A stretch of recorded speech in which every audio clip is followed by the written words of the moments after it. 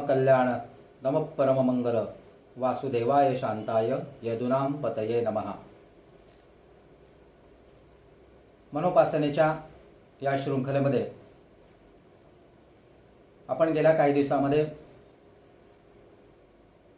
मनोपासना कशी करावी, मनोपासनेची आवश्यकता काय, या दृष्टिकोनातून काही शोध घेण्याचा प्रयत्न केला, काही मांडणी करण्याचा प्रयत्न केला।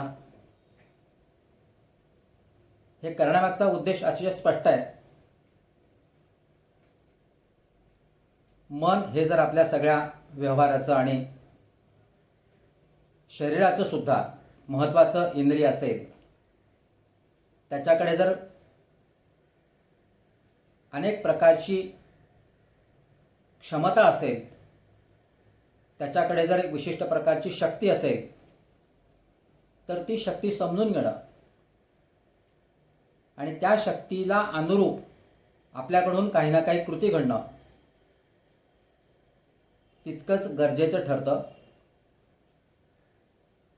मनोपासनेतला अतिशय प्रमुख आणि कळीचा मुद्दा हाच आहे की जी गोष्ट आपण करायला पाहिजे त्याच्याकडे तुमचं सगळ्यांचं मला लक्ष वेधायचं आहे। अन्यथा मनोपासना असं नाव देऊन 30 दिवसासाठी वेगळी निरूपणाची शृंखला गुंफण्याचं काही तसं कारण नव्हतं, प्रयोजन नव्हतं। परंतु अधिक महिन्यामध्ये जेव्हा आपण उपासनेचा विचार करतो, एकूण आपल्या मनाचा, शरीराचा, जीवनव्यवहाराचा विचार करतो आणि अधिक पुण्य आपल्या गाठी असावं, आपलं जीवन अधिक समृद्ध असावं, अशा दृष्टिकोनातून जेव्हा आपण आपल्याच जीवनाकडे पाहतो, त्याच अधिक महिन्याचं आपण निमित्त यासाठी निवडलं की आतापर्यंत आपण जी काही उपासना करत आलो, आपण आपल्या जीवनाविषयी जो जो काही विचार करत आलो, तो करत असताना या सगळ्या व्यवस्थेमध्ये मन हा अतिशय महत्त्वाचा घटक ठरतो,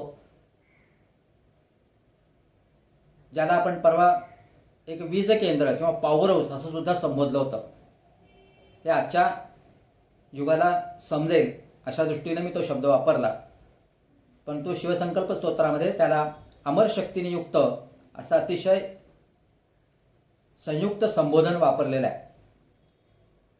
अमर या शब्दामध्ये खूप गोष्टी स्पष्ट होऊन जातात की मनाची शक्ती ही अमर आहे, ती कधी नाहीशी होणारी नाही, किंबहुना ती वर्धिष्णू आहे, सतत वाढत जाणारी अशी ती मनाची शक्ती आहे।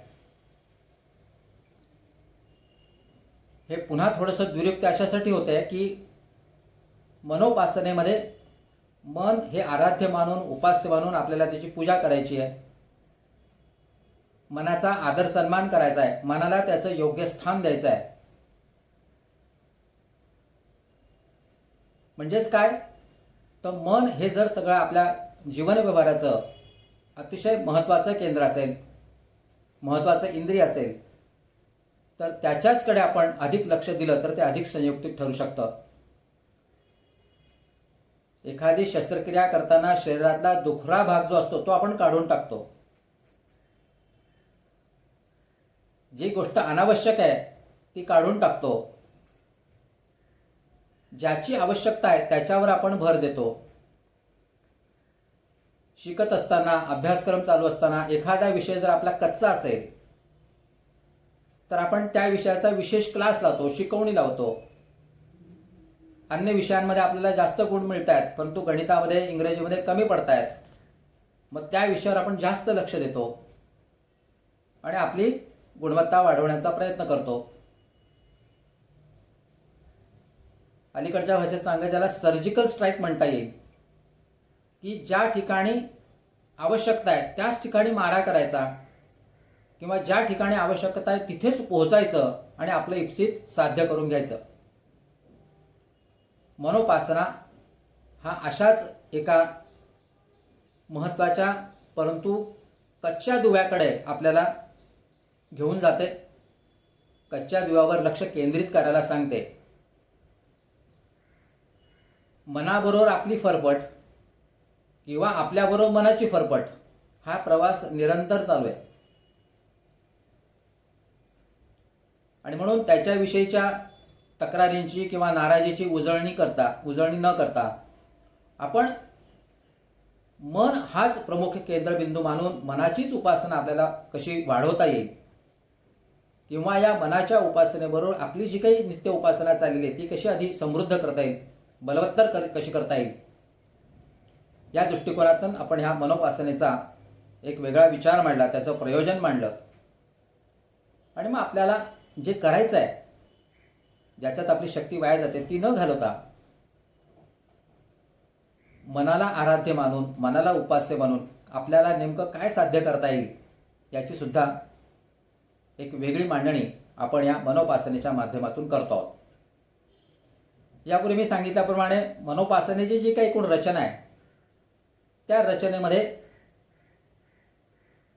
आपण नेहमीप्रमाणे जी उपासना करतो ती उपासना करायला बसण्यापूर्वी शिवसंकल्प स्तोत्राचं मनन केलं पाहिजे, चिंतन केलं पाहिजे किंवा ते करता येऊ शकतं. आणि हे मन किती मोठं आहे, किती पवित्र आहे, त्याच्यामध्ये किती शक्ती दडलेली आहे, याविषयीची ही रोज केली जाणारी प्रार्थना, रोज केलं जाणारं चिंतन स्वाभाविकपणे आपल्या मनाला अधिक संपन्न करणारं ठरू शकतं. कारण आपण तो प्रयत्न करायला पाहिजे. शेवटी आपण ज्याला ध्यानधारणा म्हणतो, नामस्मरण म्हणतो, या सगळ्या गोष्टी मनाच्याच दृष्टिकोनातून कराव्या लागतात, मनालाच समोर ठेवून कराव्या लागतात. नामस्मरण करत असतानाही आपलं मन तिथे केंद्रित होईल असाच आपला प्रयत्न असतो. परंतु जसं आपलं नामस्मरण वाढत जातं तसतसं आपण एक एक पायरी पुढे जात जातो, ध्यानधारणेपर्यंत येऊन पोचतो. असं म्हटलं जातं की ज्याला आधीपासूनच ध्यान करण्याची सवय लागली आहे त्याला अन्य काही उपासनांची फारशी गरज पडत नाही. कारण ध्यानामधनं त्याचं मन आपोआप ईश्वररूप होऊन जातं. आता ध्यान करणं आणि ध्यानासाठी तितका वेळ मिळणं, मुळात ध्यान याविषयी आपल्या अनेक पुन्हा काही समजुती आहेत, गैरसमजुती आहेत. ज्याला पुष्कळ वेळ आहे, ज्याला काय आता पुढे काही करायचं नाही आहे, त्याने ध्यानधारणा करावी अशी एक समजूत आहे. तर एकूण योगाचा विचार करताना, योगासनाचा विचार करताना ध्यानाला तितकंच महत्त्वही दिले गेलेलं आहे. पण आजच्या या ताणतणावाच्या काळामध्ये मेडिटेशन हा प्रकार आलेला आहे. आपण तो यापूर्वी चर्चेला आहे. आणि त्या मेडिटेशनमधून आपले ताणतणाव दूर करण्याकरता ध्यान करण्याची आवश्यकता वेगवेगळ्या पद्धतीने सांगितली गेली आणि लोक करतातही, काही प्रमाणात करतातही. पण त्याचा उद्देश पुन्हा काय आहे? रिलॅक्स वाटावं, ताणतणाव कमी व्हावा, एवढ्यापुरताच मर्यादित राहतो. कायमस्वरूपी आपण आपल्या मनाशी तादात्म्य पाहू शकतो का? मनाच्या शक्तीचा अनुभव घेऊ शकतो का? किंवा हेच अमरशक्तीने युक्त असलेलं मन आपण बरोबर घेऊन जाऊन आपली सगळी कामं अधिक चांगल्या पद्धतीने करू शकतो का? असा विचार त्यामध्ये प्राधान्याने येताना दिसत नाही. आणि म्हणूनच विशेष प्रकाश झोत ठेवून, फोकस ठेवून मनोपासनेमध्ये आपल्याला खऱ्या अर्थाने मनोधारणा बदलायची. आपली आतापर्यंत जी काही मनाविषयीची धारणा होती ती बदलायची. आणि मन हेच कसं माझ्या एकूण जीवन व्यवहाराचं प्रमुख साधन आहे, माध्यम आहे, उपासनेचं एक मोठं उपकरण आहे असं म्हटलं तरी चालेल. अशी मनाची ठाम समजूत करून घेऊन आपल्याला ही मनोपासना केली पाहिजे. तुम्हाला अनेकांना याबद्दल कुतूहल होतं, अजूनही असेल, की मनोपासना करायची म्हणजे काय करायची. पण गेल्या काही दिवसात मी त्याचे काही मुद्दे स्पष्ट करण्याचा प्रयत्न केला. की मनोपासनेमध्ये प्रामुख्याने शिवसंकल्प स्तोत्र, भगवद्गीतेतला काही 12वा अध्यायाचा अध्ययन, पण त्याहीपेक्षा काही काळ रोज केवळ मनाचं चिंतन करून हे मना तू किती श्रेष्ठ आहेस, मना तू किती शक्तीने युक्त आहेस, अशा प्रकारची भावना मनामध्ये आणून एक वेगळा अनुभव घेण्याचा आपण प्रयत्न करायचा आहे. ती वेळ ते सगळं हा जो उपचार असेल हा अगदी मिनिटा, 2 मिनिटाचा, 5 मिनिटाचा असेल. परंतु नित्यनेमाने केला तर निश्चितपणे त्याचा आपल्याला काही ना काही लाभ होऊ शकतो. मनाविषयीची आपली एक संकल्पना व्यापक होऊ शकते.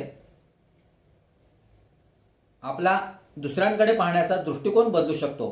कारण आपल्याजवळच हे ईश्वररूप मन आहे आणि त्या मनाला आपण ईश्वररूप दिले आहे. मग त्या मनामध्ये अन्य विचार येण्याची शक्यता उरत नाही.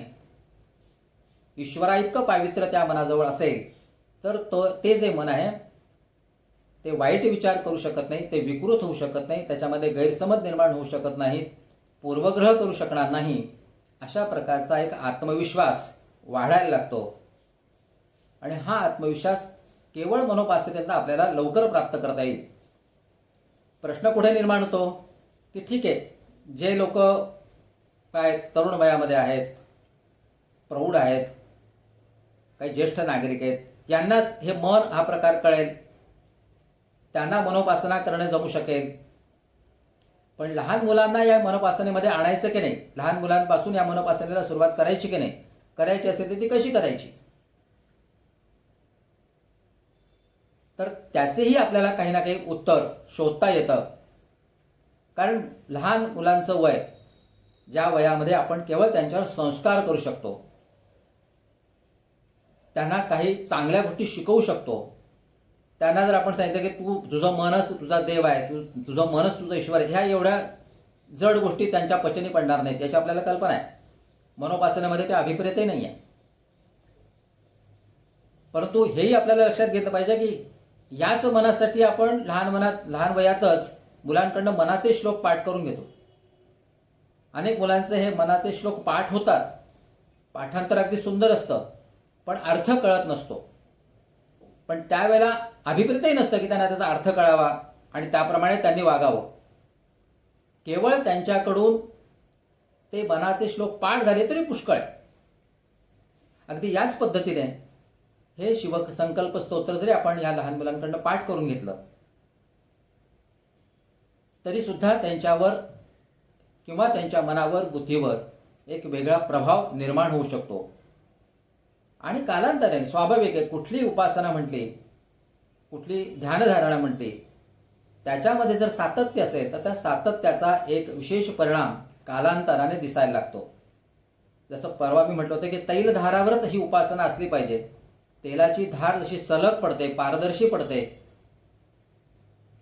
ती धार आपल्याला दिसतेच, परंतु ज्याच्यावर पडते त्याच्यावर सुद्धा त्याचा परिणाम होत असतो.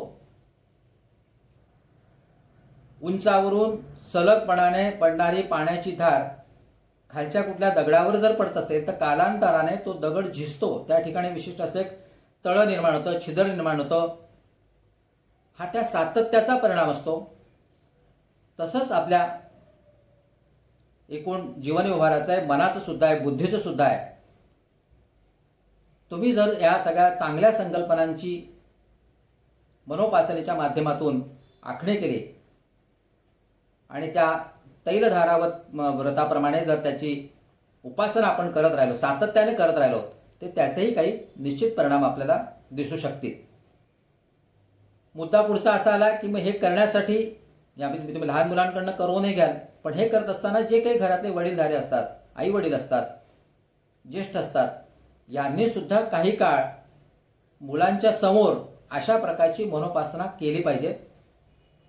आपण मनोपासना करतो आहोत हे त्या मुलांना सांगितलं पाहिजे, अगदी स्पष्ट शब्दात सांगितलं पाहिजे. आता समज मी मनोपासना करतोय. मनोपासना हा शब्द त्यांच्या मनावर जाईल, मनावर म्हणण्यापेक्षा त्यांच्या बुद्धीवर जाईल, सतत त्यांच्या कानावर जाईल.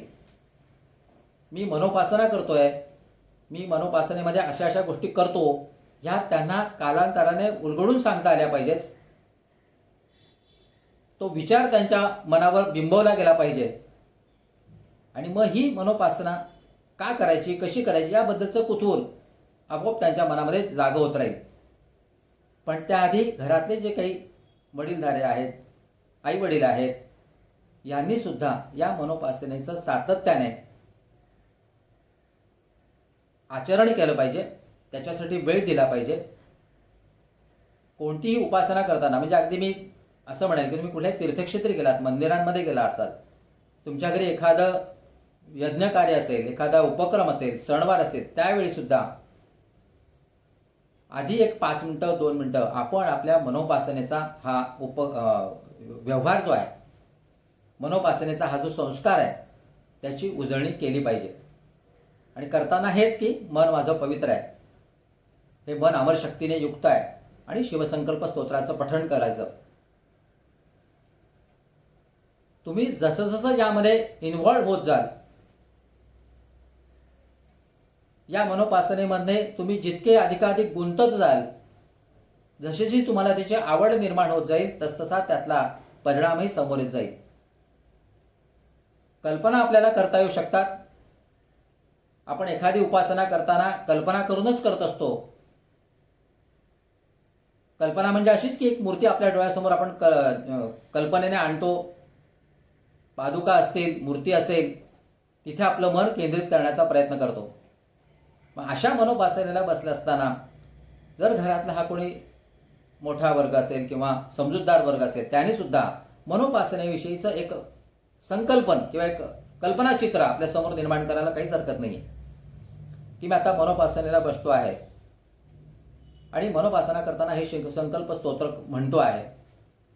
ते म्हणत असताना कल्पनेने आपण असं करू शकतो की आज माझी ही उपासना करत असताना माझ्यासोबत प्रत्यक्ष महर्षी व्यास येऊन बसलेले आहेत, वाल्मिकी येऊन बसले आहेत. आपण ज्या सप्तऋषींची नावं घेतो, भरद्वाज, गौतमी, अत्री, वसिष्ठ, कश्यपा, हे ऋषी माझ्यासोबत आजूबाजूला बसले आहेत आणि ते माझ्याकडनं ही मनोपासना करून घेत आहेत.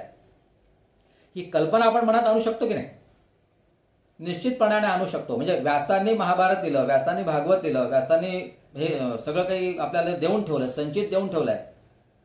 विश्वामित्रांनी गायत्री मंत्र दिलेला आहे. पण गायत्री मंत्र देणारे विश्वामित्र आज माझ्या मानसपूजेच्या वेळेला माझ्या शेजारी बसून माझ्याकडनं मनोपासना करून घेत आहेत. ही कल्पनासुद्धा एका मोठ्या मांगल्याला जन्म देणारी आहे, एका मांगल्याला गौरवान्वित करणारी आहे. अशा प्रकारच्या मनोपासनेचे हे जे काही आयाम आहेत, ते आयाम आपण एक एक त्याला जोडले पाहिजेत.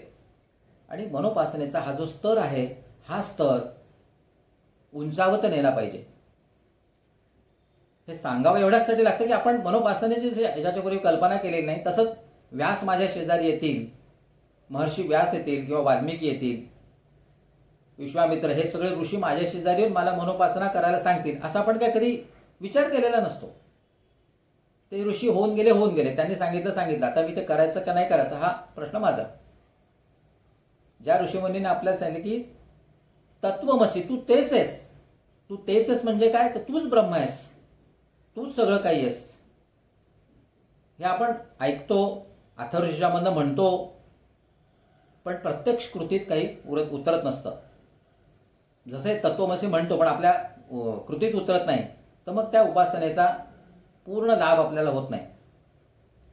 आणि मग ते तत्वमसी तत्व समजून घेणं, त्याच्यामागचं तत्वज्ञान समजून घेणं आणि मग उपासना करणं, हे आणखीन फार दूरची गोष्ट राहिली. मोठा पल्ला झाला सगळा तो.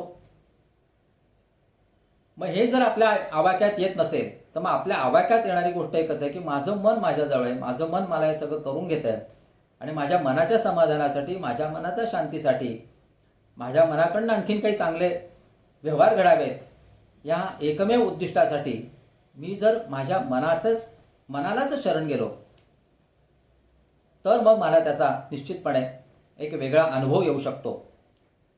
सर्वसिद्धीचे कारण म्हणत असताना त्या कारणाला आपण शरण जाणं, यातच खरा सुबुद्धपणा आहे असं मला वाटतं. केवळ म्हणायचं सर्वसिद्धीचे कारण आणि आपल्याला तर सिद्धी माहिती नसतात, त्या मनाला कसं आपण गुंतवावं याची आपल्याला पुरेशी कल्पना नसते. कारण अगदी हा तुकारामांचा श्लोकसुद्धा किंवा अभंगसुद्धा आपण मन करारे प्रसन्न सर्वसिद्धीचे कारण इथपर्यंतच आपल्या मुखोद्गत होतो. पण त्याच श्लोकामध्ये किंवा त्याच अभंगामध्ये तुकारामांनी या मनाला माऊली म्हटलेलं आहे. याविषयी चर्चा आपण यापूर्वी केलेली आहे. याचं स्मरण एवढ्याचसाठी की माऊली या शब्दामध्ये असलेला एक मांगल्याचा स्पर्श आणि किंवा त्याविषयी संत तुकारामांनी केलेलं चिंतन हे अधिक महत्त्वाचं आहे. की त्यांना मनाला माऊली म्हणावं असं वाटलेलं आहे किंवा मन हे सगळ्या सिद्धींचं कारण आहे असा शब्दोच्चार जेव्हा त्यांच्याकडनं होता तेव्हा त्याचा कुठेतरी त्यांना अनुभव आलेला असतो. आणि एवढ्या मोठ्या संतांनी तपश्चर्येतनं सांगितलेले हे जे अभंग आहेत किंवा त्यातला जो काही विवेचन आहे, तत्वविवेचन आहे, ते आपल्याकडनं दैनंदिन जीवनामध्ये प्रत्यक्षात यायचं असेल, जसं यापूर्वी पण म्हणलं होतं की आपण सर्वसाधारण माणसं असतो, सामान्य माणसं असतो, संसार प्रपंचाचा धबडगा आपल्या मागे लागलेला असतो आणि त्या सगळ्यातनं आपल्याला परमार्थ साधायचा असतो. महापरमार्थ साधत असताना मनाचं चिंतन, मन हेच माझ्या सगळ्या उपासनेचं आणि जीवन व्यवहाराचं माध्यम कसं होईल, आणि या मनोपासनेतनं आपल्याला एका वेगळ्या उद्दिष्टापर्यंत अधिक वेगाने पोहोचायचं आहे. वेगळं उद्दिष्ट म्हणजे माझ्या उपासनेसाठी मी मनाचा उपयोग करून घेणार आहे, मन हेच माझं आराध्य होणार आहे आणि थेट मनाशी संबंध ठेवून, मनाशीच माझा नित्य संपर्क ठेवून माझ्याच मनातलं पावित्र्य मी जागवणार आहे. ही धारणा वाढत जाईल आणि त्याचा आपल्याला निश्चितपणे लाभही होत जाईल. जसं पाण्यामध्ये एखादी नौका जाते, पाण्यामध्ये नौका असते पण नौकेत पाणी नसतं. अथांग सागरामध्ये ती नौका असते पण ती पाणी नौकेमध्ये नसतं, ती तरंगत असते. त्याचप्रमाणे या सगळ्या भवसागरामध्ये आपल्याला तरायचं असेल आणि आपली ही मनरूपी नौका तिथे जर आपल्याला व्यवस्थित ठेवायची असेल तर त्या मनाला या बाकीच्या गोष्टींचा स्पर्श होणार नाही. स्पर्श होऊ द्यायचा नसेल तर आपण म्हणून जो काही शरीररूपी जो काही नावाडी असेल त्याला त्याची काळजी घ्यायला लागेल. आणि मग हे मनरूपी जे काही नौका असेल ती नौका आपण व्यवस्थितपणे वल्हवू शकतो. ती वल्हवण्याकरता मनाला शरण जाणं याच्या पलीकडे आपल्या हातात दुसरा चांगला पर्याय राहू शकत नाही. या दृष्टिकोनातून मी एक शेवटची छोटीशी कथा सांगतो आणि आजचं निरूपण आपण संपवू. उदाहरण म्हणून सांगतो. चांगदेव आणि ज्ञानदेव ही दोन्ही नावं तुम्हाला चांगल्या परिचयाची आहेत. काल आपण जसं वामनाची कथा घेऊन मी मनाचं काय महत्त्व आहे ते बिंबवण्याचा प्रयत्न केला होता, त्याच दृष्टिकोनातून आपण या कथेकडे पाहिलं पाहिजे.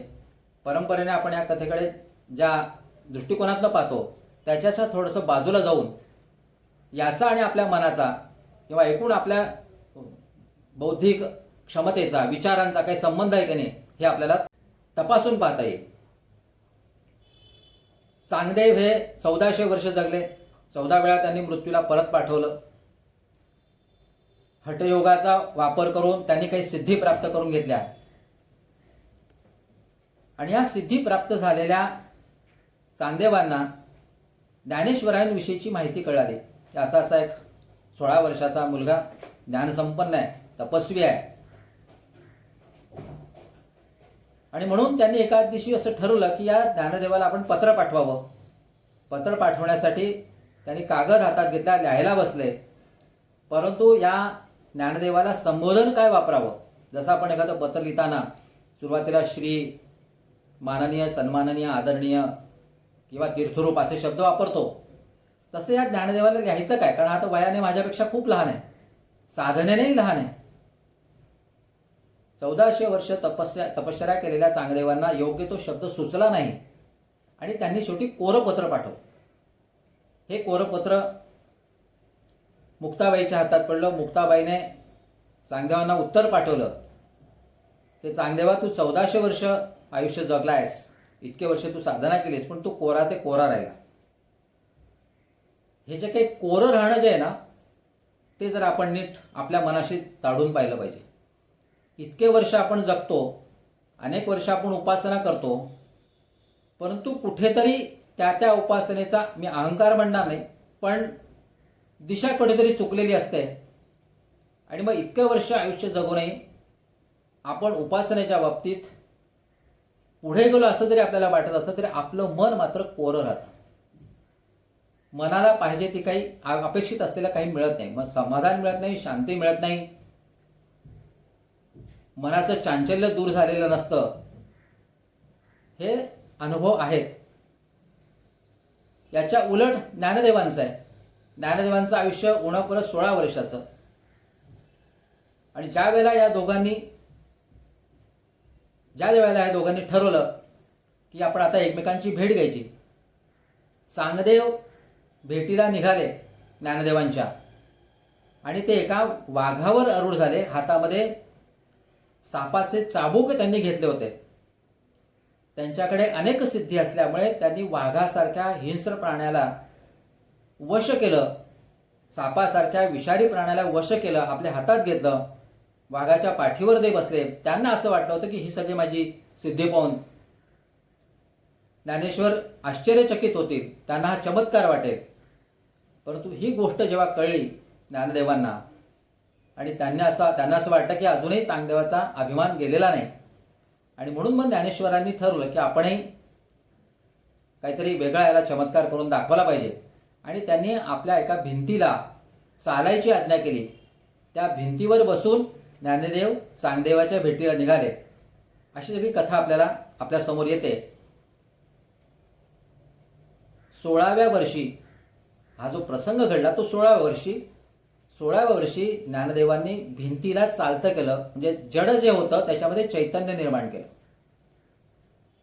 ही चालणारी भिंत जेव्हा चांगदेवांनी बघितली त्यावेळेला त्यांना असं वाटलं की अरे मी इतके वर्ष उपासना केली, इतके वर्ष सिद्धी प्राप्त करून घेतली आहे आणि मी करून करून काय केलं, फक्त जे हिंस्र प्राणी आहेत त्यांच्यावर फक्त मी माझी सत्ता गाजवू शकलो आहे, पण माझ्या मनावर मला सत्ता गाजवता आलेली नाही, ते मला नियंत्रित करता आलेलं नाही, माझा अभिमान गळून पडलेला नाही, माझा अहंकार अजूनही तसाच आहे. पण या केवळ 16 वर्षाच्या ज्ञानदेवाने थेट जडामध्ये चैतन्य निर्माण केलं. हा चांगदेवांसाठी आणखी मोठा चमत्कार ठरला आणि ते ज्ञानदेवांना शरण गेले. एकीकडे चांगदेव आहेत, एकीकडे ज्ञानदेव आहेत. चांगदेवांची प्रदीर्घ काळाची उपासना आहे आणि ज्ञानदेवांची अवघी 16 वर्षाची उपासना किंवा साधना आहे. ज्या मनामध्ये सातत्याने परमेश्वरी ज्ञानाचाच वास होता, निवास होता, आराधना होती, त्यांना अतिशय थोड्या कालावधीमध्ये जडामध्ये चैतन्य आणता आलं. कोणाला? ज्ञानदेवांना. आणि म्हणून उपासनेमध्ये ज्ञानाला फार महत्व आहे, विवेकाला फार महत्व आहे. अशा प्रकारची उपासना जी विवेक निर्माण करेल आणि अशा या विवेकातनं स्वाभाविकपणे वैराग्य सुद्धा निर्माण होतो. वैराग्य पुन्हा वेगळ्या अर्थाने आपण घेऊया नको. ज्ञानेश्वरांसारखं वैराग्य, त्यातून निर्माण झालेला हा जो विवेक आहे, हा विवेकच संपूर्ण विश्वाच्या शांतीची मागणी करू शकतो, पसायदान मागू शकतो. विश्वस्वधर्मे सूर्य पाहो अशा प्रकारची व्यापक मागणी कोणाच्या तोंडून येऊ शकते? तर ज्ञानदेवासारख्याच लहान वयामध्ये उपासना करणाऱ्या, परमेश्वरी शक्तीला आपल्यामध्ये सामावून घेणाऱ्या ज्ञानदेवांनाच हा अनुभव येऊ शकतो. 1400 वर्षाचं आयुष्य, प्रदीर्घ उपासना आणि केवळ ज्ञानदेवांनी 16व्या वर्षी प्राप्त केलेली ही एक वेगळी उंची, साधनेतली उंची. परंतु एकूण त्यांच्या आयुष्याचा परिघ आपण जर लक्षात घेतला तर ज्ञानदेव आणि चांगदेव ही 2 उदाहरणं आपण आपल्या उपासनेसाठी सहज म्हणून लक्षात घ्यायला काही हरकत नाही, एक बोध म्हणून लक्षात घ्यायला हरकत नाही. प्रदीर्घ काळ उपासना करून काही हाताशी लागत नसेल तर थोडंसं अधिक ज्ञान किंवा विवेक बाळगून आणि खऱ्या अर्थाने ज्ञानदेवांसारखं मनामध्येच ईश्वराला स्थान देऊन ईश्वररूप मन करून जर आपली साधना फलद्रूप करता येत असेल, उपासना फलद्रूप करता येत असेल, तर ही मनोपासना त्यासाठीच उपयुक्त ठरू शकते, जे आजच्या काळासाठी अधिक संयुक्तिक आहे, औचित्यपूर्ण आहे, प्रसंगोचित आहे असं मला वाटतं. कारण ज्ञानदेव चांगदेव त्या काळामध्ये होऊन गेले. आपण ज्या आधुनिक युगामध्ये वावरतो आहोत आणि त्या आधुनिक युगामध्ये आपण असं म्हणतो की आपण फार अधिक सुशिक्षित आहोत, आपल्याला अधिक काही समजतं. मग जर समजत असेल तर मग आपल्या उद्दिष्टांविषयी आपण अधिक प्रामाणिक राहूया. आपलं उद्दिष्ट अधिक लवकर साध्य कसं करता येईल याच्या संदर्भातला जो काही विवेक आहे तो विवेक आपण जागृत करूया आणि मग या मनोपासनेच्या आधारातून आपल्या उपासनेला बलवत्तर करूया. यासाठीच ही मनोपासनेचं स्वरूप मी आज थोड्या प्रमाणात सांगण्याचा प्रयत्न केला. रोजच्या कमी वेळामध्ये धकाधकीच्या जीवनामध्ये थोडा वेळ आपण मनाविषयीचं चिंतन, मनाच्या शक्तीविषयीची आराधना, ज्या मनाला परमेश्वराने स्वतः मी ईश्वर आहे, मीच तो आहे असं सांगितलेलं आहे, त्याच मनाविषयीचं हे रोजचं चिंतन एका नव्या उंचीपर्यंत आपल्याला घेऊन जाऊ शकेल, त्याचाच अनुभव आपल्याला घ्यायचा आहे.